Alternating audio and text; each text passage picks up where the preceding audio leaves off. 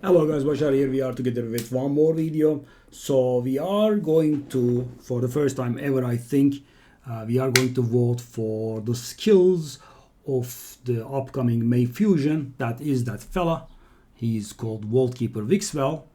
I think they have the names mixed up. I think Chronicler Aidlin should have that title because she is going to keep the vault very nice and clean.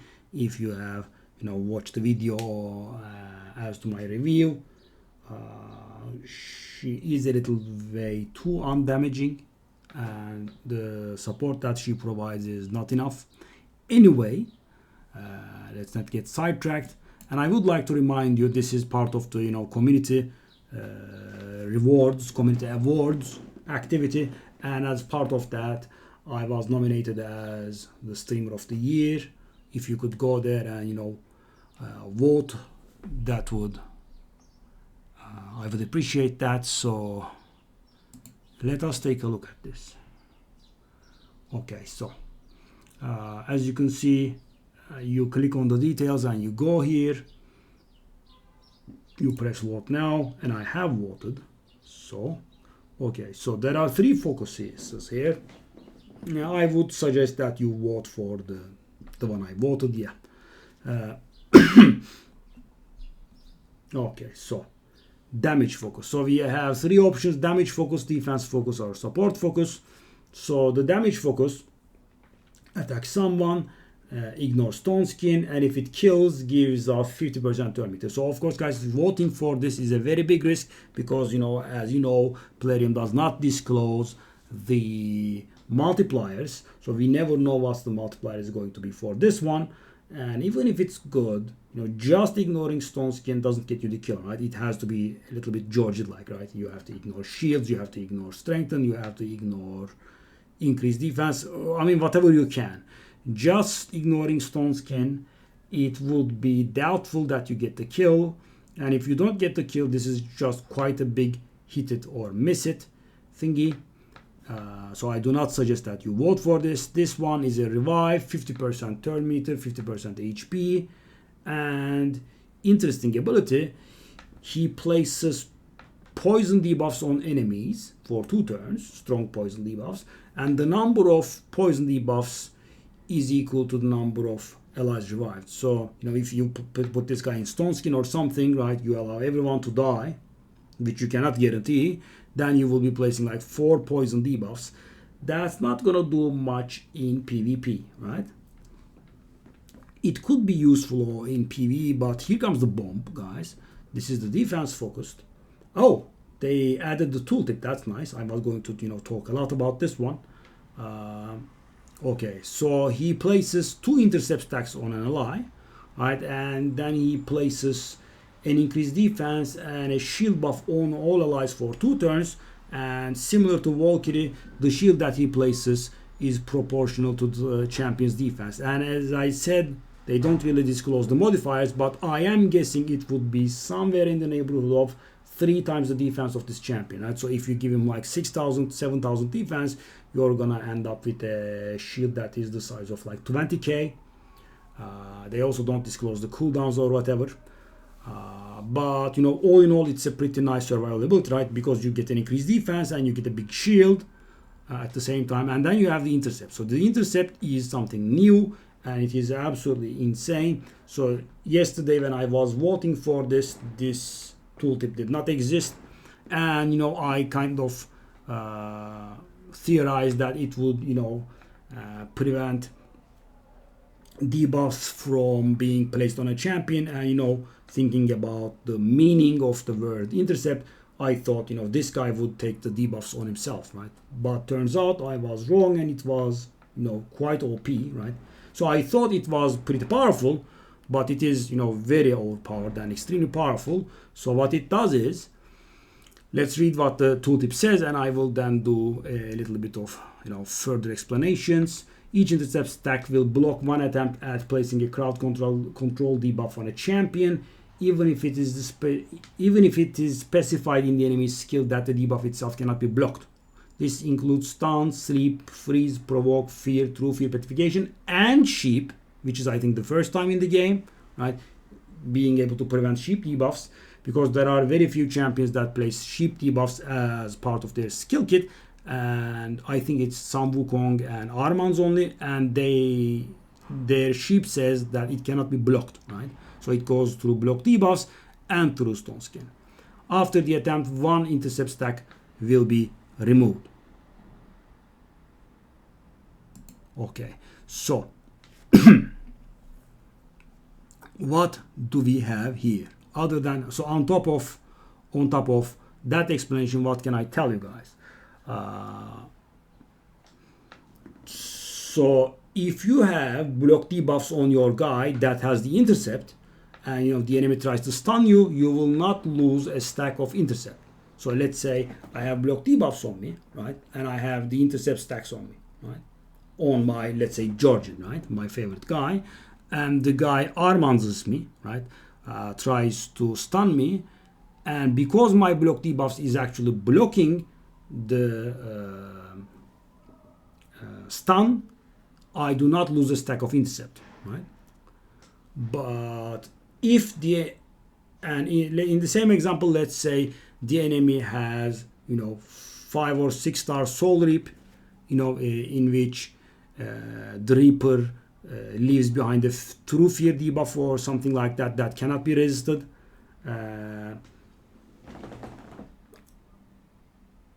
So I'm not very sure that cannot be resisted will be blocked.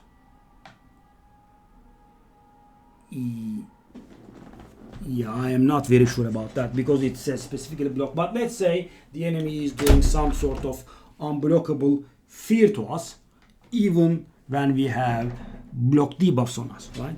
So the block debuffs will not be able to block the unblockable fear, but intercept will, and then intercept will lose a stack. So the thing is, guys, as far as I understand it, the Vault Keeper Wixwell is not going to take the debuff on himself. He just places it there and he just intercepts it without taking it onto himself, right? The debuff just goes away. And it's going to work twice. And it's not going to work for, something that is not too big, like, it's not going to work like for a poison. It's not going to work for decreased attack. It's not going to work for decreased speed. It is going to work on hard CC effects, right? The abilities that can prevent from you playing, right? Which is insane. And guys, you might have noticed something or missed something. I will just say it. There is no damn duration. It's insane. So Wixwell will use this ability, put it on someone, and it's going to stay there indefinitely. It's never getting removed. It only gets removed. It actually doesn't even get removed. It only loses a stack when it prevents such a debuff from being placed on the guy, right? You place this, 3 turns pass, it's just still there, and I'm not very sure if it goes away if Vault Keeper Wixwell dies, but I feel like it's not going to go away even the Vault Keeper Wixwell dies, so it only goes away with buff remove, buff steal, that kind of thing, or it actually intercepts 2 hard CC effects, right? So, for example, as I said, Mikage tries to stun you, you lose 1 stack, and then Armand tries to stun you, you lose another stack, and now finally you are able to be CC'd after losing your stacks. That is, and as you can guess, that is extremely powerful. And I would definitely suggest using and voting for this ability. This kind of stuff is really good. I mean, being able to not take in any sort of hard CC effects is pretty good. And the voting will go on for almost 4 days now, and after that we will go and vote for the A2. Then I think we'll vote for the passive, I'm not sure, and then there will be the voting for the A1. A3 and A2 are the first 2, I'm sure. Then we could have the A1 and then the passive, I'm not very sure, but this ability is absolutely insane, and I would suggest that you vote for this one. So yeah, he is going to be pretty nice. We will see the other abilities, of course. Intercept is a welcome change to the game. So I wish that they implement that new mechanic on some older and extremely outdated champions, right? I was, taking a look at a few of the older champions, and I'm like, I could easily reduce the passives cooldown by 1 turn. I could increase the damage by the A2 by 20%. I could reduce the cooldown of the A2 by 1%, and it still wouldn't be on par with the newer legendaries, right? I mean, older legendaries are very outdated and very weak, and they are working on them, which I appreciate, but 2 at a time is a bit slow. But of course, it's better than nothing, right? Last year we didn't have too many rebalancing attempts. This year, at least, we are getting some. But it would be very nice of them to populate the game with the intercept buff pretty quickly. So let's say they bring the Vault Keeper Wixwell and they work, let's say, Lord Champfort and I don't know, some other defensive champion to have the intercept buff would have been nice. I don't think it's gonna happen, but I'm just thinking out loud. So the champion, if this ability goes through, and I think it will, it's gonna be insane, very powerful. And of course, we should be voting for the second ability with this ability in mind. I mean, we want it to synergize. I mean, I'm not saying it has to be the defense-based ability when the next ability pops, but I think we should be, I mean, after this point, voting for the attack-based ability would not be very meaningful. But maybe Plarium has,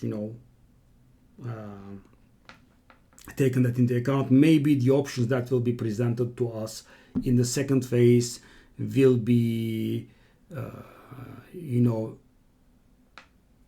will be more harmonious with the first ability that's chosen. So, for example, we choose this one, and then we get, abilities that are